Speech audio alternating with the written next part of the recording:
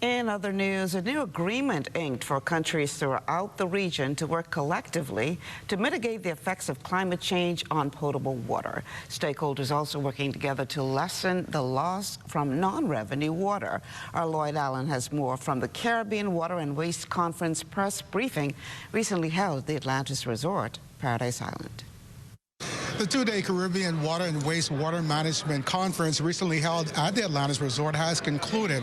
However, during a special press briefing, ministers from several regional partners have concluded that financing remains a major challenge as water loss remains a major issue throughout the region. It was a very successful conference which culminated in a statement of acknowledgement as we deal with our aging infrastructure relating to water and waste management. Public Works Minister, the Honorable Alfred Sayers, highlighting the value in collaboration throughout the region as countries face increasing risks from climate change and varied phenomena in nature. This is an opportunity for our region to be nimble, to be innovative, so that we have a more prosperous future in facing climate change, facing rising cost of fuel, and utilizing the resources we have, which is sustainable, renewable,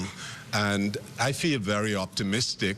A number of countries sitting at the table sharing concerns, including Guyana, St. Kitts and Nevis, Trinidad and Tobago, St. Martin, Eustatius, and the Turks and Caicos Islands.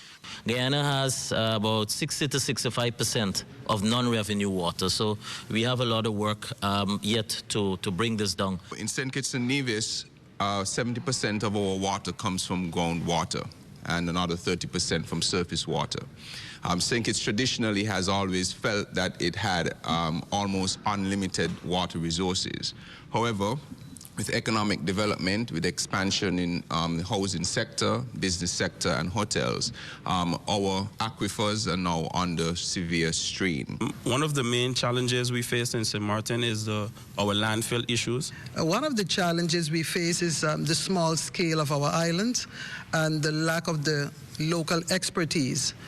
But as those issues were raised, hope is on the horizon as the conference delegates have agreed in principle to work in unison.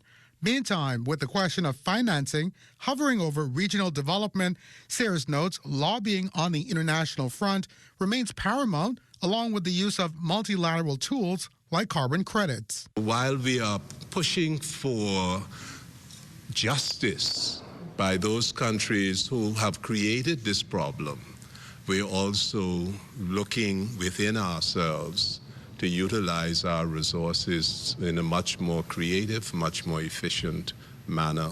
And as representatives prepare to return to their home countries with renewed hope on methods of non-revenue water utilization, treatment, and upgrades, the hope is to collectively raise the bar regionally in the face of climate change. For the Bahamas Tonight, I'm Lloyd Allen.